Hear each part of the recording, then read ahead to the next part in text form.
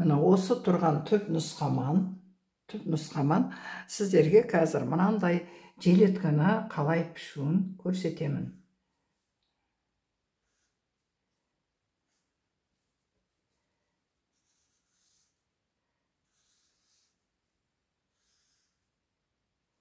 Алды үш бұрыш беліне шейін. Мына жерде қапсырмасы болады.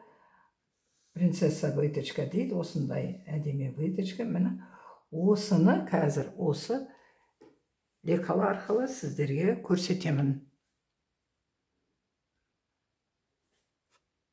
Мінекей біз мына мойынның қасынан мына жерден бір 4 сантиметрдей алып белгілеп аламыз. Осы жерге шейін осыны линейканы қосамыз. Қазірге біз осылай қосып аламыз.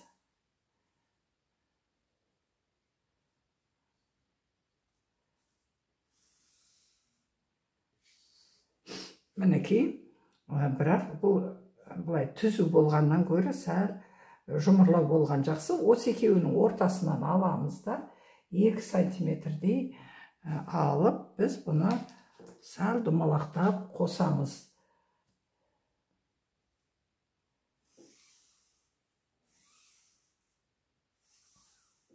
Міне, енді біз мына 4-ке қосамыз осы жерді.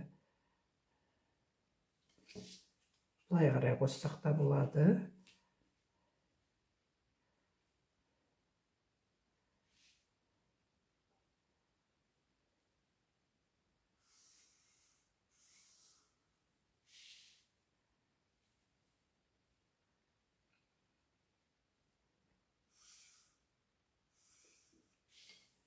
Мына біз осылай қосып алдық. Мына жер бұрыш болмау керек.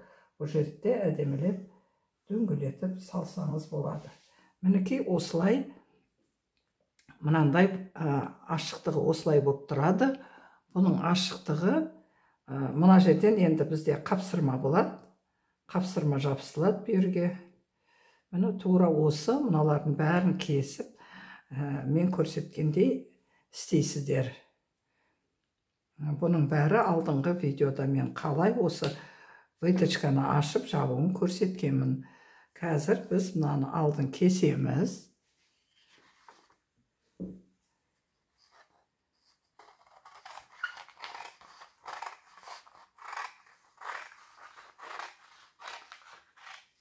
Мына жерін 1 сантиметрде алып тастасаңыздар да болады.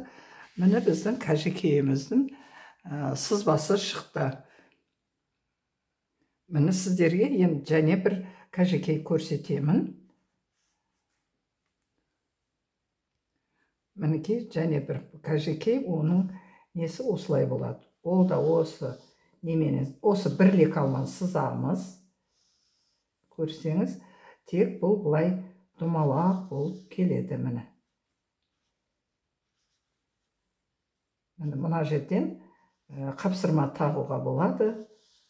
Осы выточканы өзін қолдана берсеңіздер болады.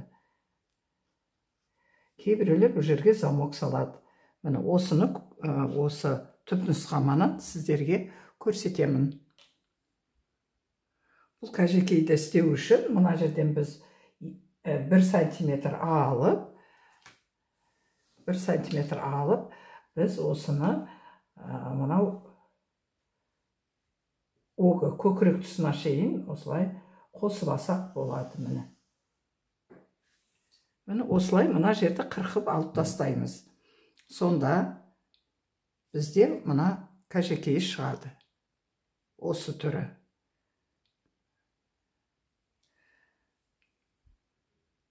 Мен бұны қырқып көрсетемін сіздерге. Қырқып дайын көрсету үшін мен астындағы немді алып тастаймын. Мінекей бұлай тұрған бұл. Міне мен қайшыманан бұлай выточкаларын алып кесіп тастадым.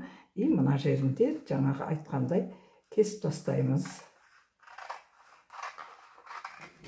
Міне өте әдемі болды. Енді мынаны бұлай ашамыз. Міне аштық. Ашқан кезде бұл жерде уже біз мына жердегі принцесса выточканы жасауымыз керек. ол үшін бұны ішіне кіргізіп мұны осылай қойып аламыз. Қарап тұрсаңыз мұны өте әдемі шықты. Сіздер бұны сызған кезіңізде мұны осылай сызып аласыздар, бірақ мына жерден 1 сантиметр осылай запас қалдырып отырасыздар. И мынағанда солай міне осылай сызып аламыз. Мына жерден бүйтіп қойып 1 сантиметрдей осылай запас кесіп аласыздар. Өйткені бүйір тігілгенде кішірейіп қалмау керек. Ана бока бойында мен запас алып қойған 1,5 сантиметр запас. Мына жақтарға керек емес. Осылай қырқып аласыздар. Сызық қалып отыру керек.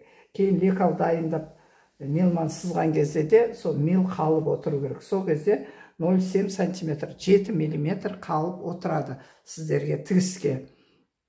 Мына ұзындығы ол сіздердің өздеріңізге байланысты ала бересіздер.